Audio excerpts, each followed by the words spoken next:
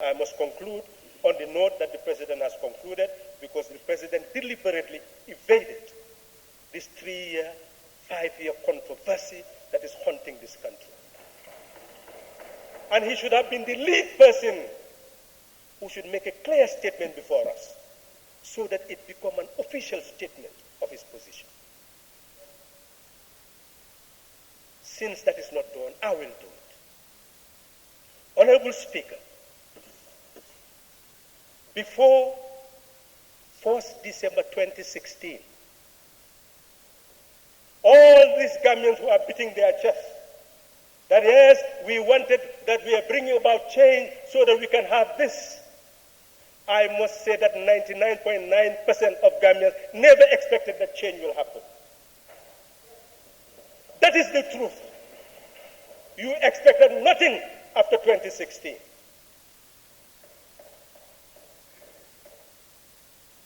Because of fear, dilemma, confusion, and a nation heading into war. Some of the people who are in certain parties who are part of the ruling feel that, well, we were going in the right direction, but eventually this brought about the change. We were heading towards war. The APRC headquarters was burnt. And many more of that was coming. Who knows, we may have ended up with a Gaddafi situation. Who was stronger than Gaddafi? Who on earth was stronger than Gaddafi? So this change was not a change for this party or that party. It was a change to save the Gambia, so that we will not lose this country, because we were heading towards losing it. So nobody should look at the past that brought us together for a project of saving the Gambia. To create a Gambia where all of us will see ourselves, all of us will own, all of us will belong to, no matter the past, no matter the present. That was the objective. One Gambia, one nation, one people.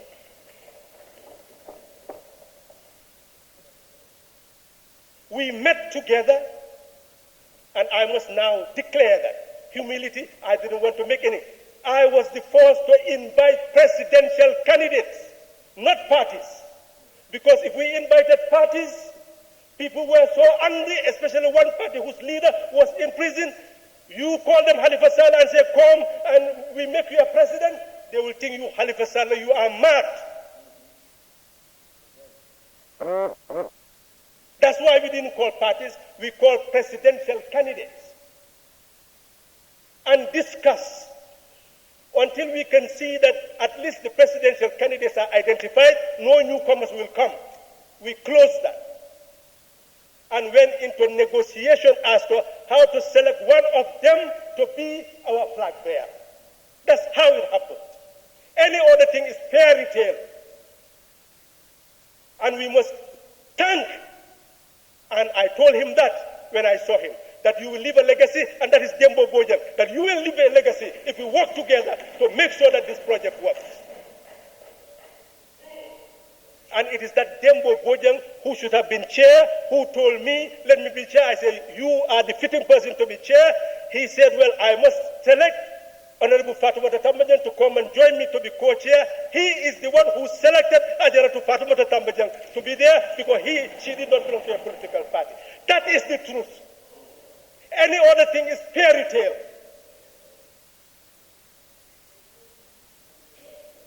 We met.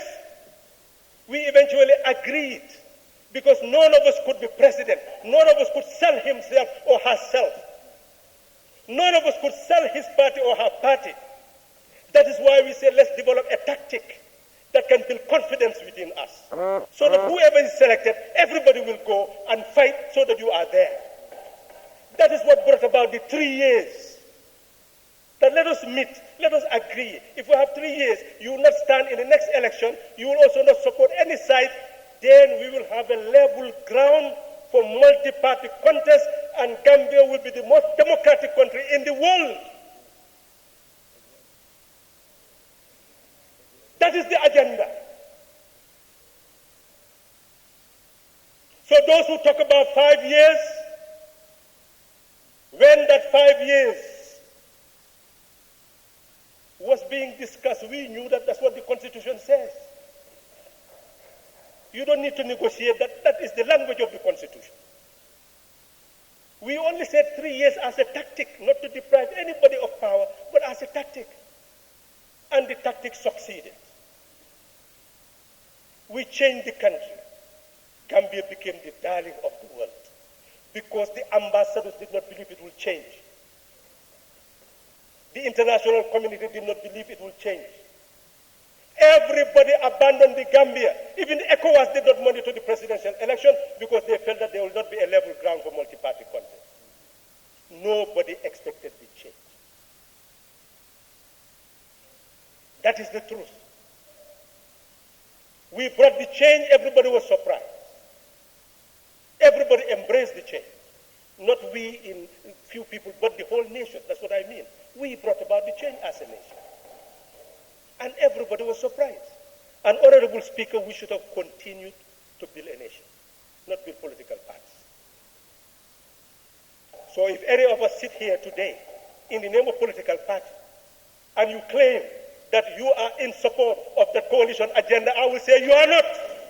Because when that coalition agenda was being torn apart by promoting party politics, rather than I, Honorable Speaker, was ready to resign from my party and stand as an independent coalition National Assembly member. I was ready to do that because that's what Barrow did.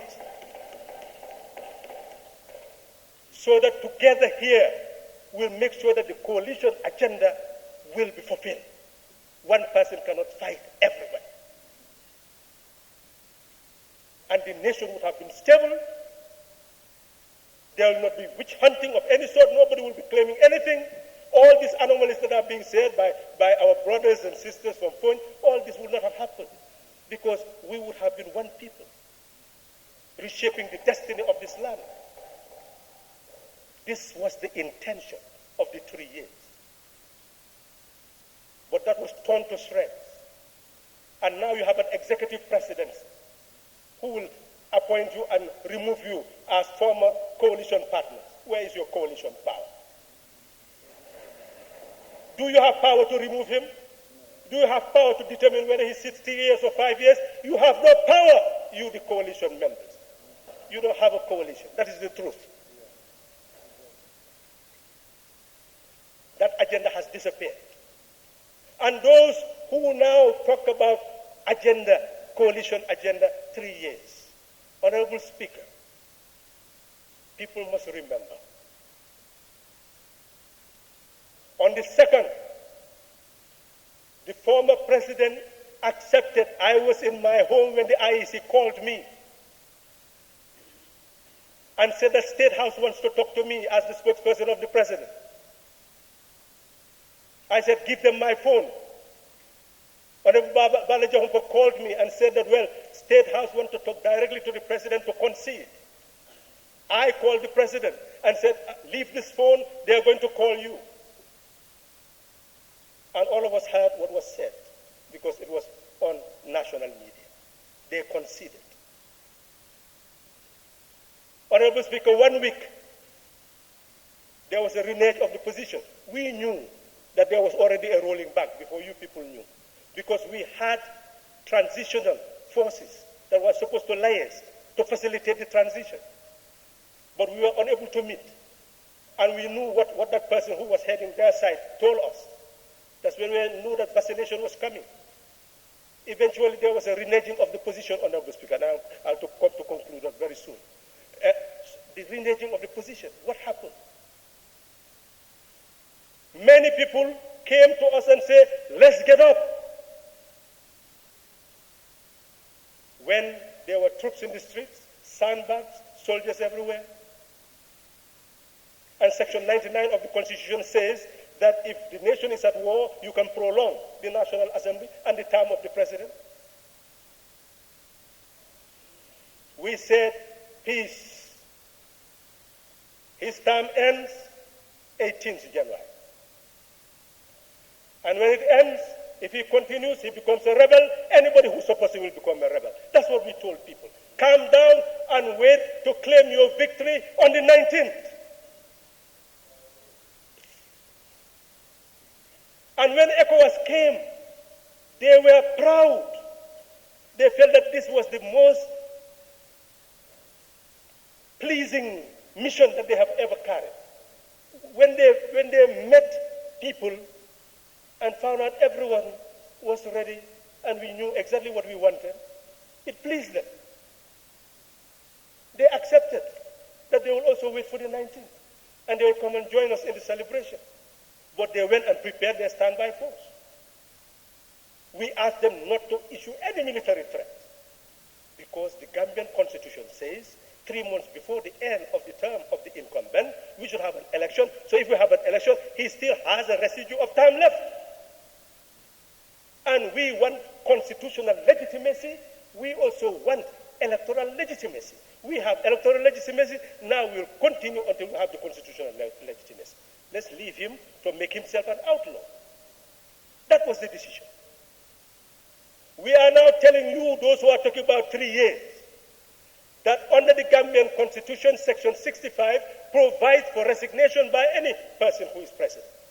And we were banking on that provision and amendments of the Constitution to carry out what was our agreement. But Section 65 of the Constitution says that anybody who is also elected has a term of 5 years. Both are in the Constitution. So if you elect a person based on Section 65 with an agreement that we all cherish to save a nation, and he comes and says that, well, now I'm going to serve 5 years, what are you going to do? Overthrow the person?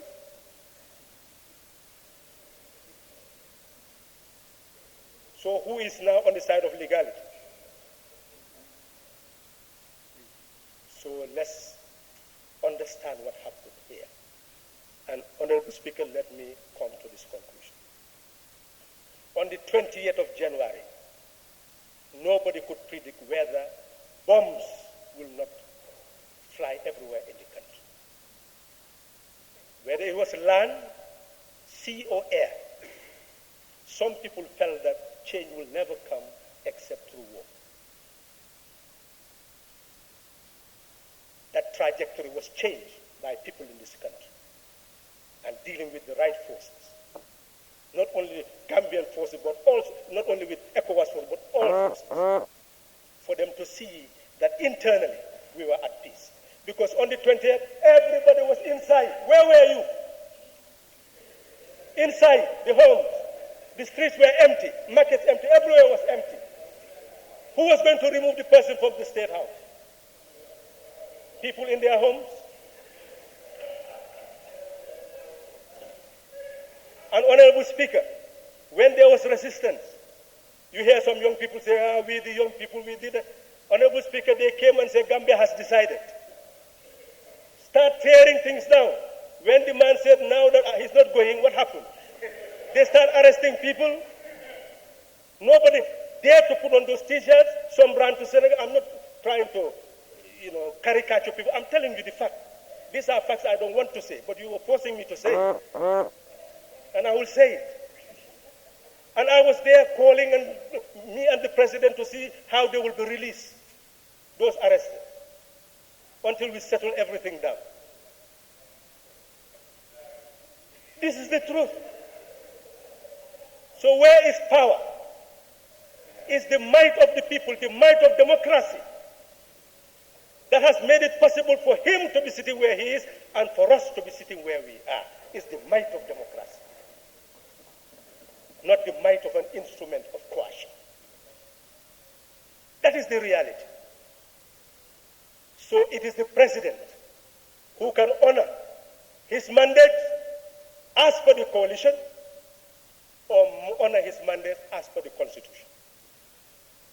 But as soon as he became president, he could no longer be controlled by the coalition. He is now under the mandate of a constitution. If he respects us and respects our will, So be it. If he does not want to respect it, then it is between him and the Constitution. And Gambians must bear in mind, and excuse me for lifting my thing because it's very arrogant. I don't want to do that. I'm not threatening anybody.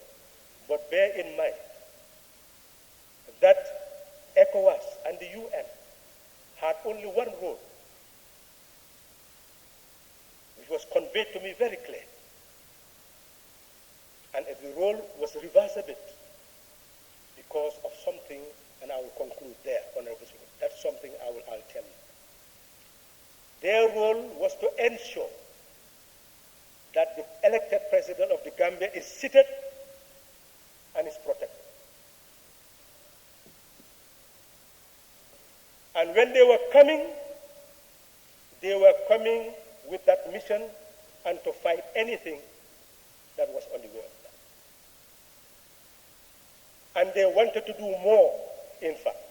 We reversed that process and told them that here you will find no threats.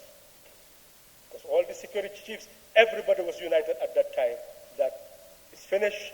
Now everybody will owe loyalty to the new administration. So they were told that they will receive no threat, and they came in and received no threat. And all the workings were done to ensure that they live in harmony with the security forces in the Gambia.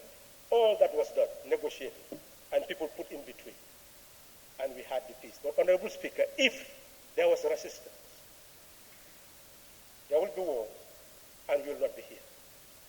I am still saying to Gambians that if you cannot manage your own security, outsiders will come and manage your security for you. If you cannot manage your own security, outsiders will come and manage your security for you. And that's what we wanted to prevent. That's why we asked them to change their mission to make it a mission of solidarity. And that worked in practice. But it's not a matter of law. It was a matter of practice. And they saw it. That's why they came and mellowed, and nobody could even see them, to the point that they were playing football because of the peacefulness. Because they saw that on the day that President Barrow was coming, thousands of people from the airport to his home were in the street to welcome him. Why would you need security under those circumstances? So in short then, Honorable Speaker, those who are talking about 5 years are wasting our time. Those who are talking about 3 years are correct if it is the 3 years of our coalition. But if it is another 3 years, they are wasting their time. Our 3 years has been wrecked. It cannot be reversed. It is history. Only President Barrow can redeem himself and say that, well, I will respect it, and then we proceed. But if he says that he does not respect it and will not respect it, well, it's left to him. Halifa Sallah will not come and give excuse for him that because of a transition, a CRC, or that is why he should stay in power. That will never happen. Because the CRC, we could have changed the constitution in 1 year.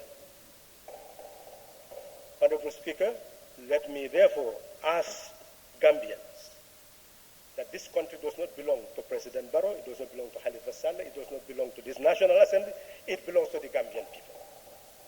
They are the ones now who must understand that a government, I'll conclude, Honorable Speaker, I know that I've taken too much time, but because of the situation, that's why I'm clarifying it. A government must be criticized, must be scrutinized, must be restrained,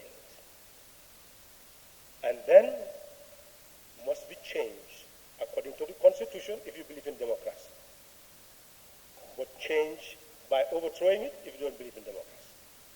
Overthrowing a government which does not have any means left for people to change it through the ballot box may become necessary.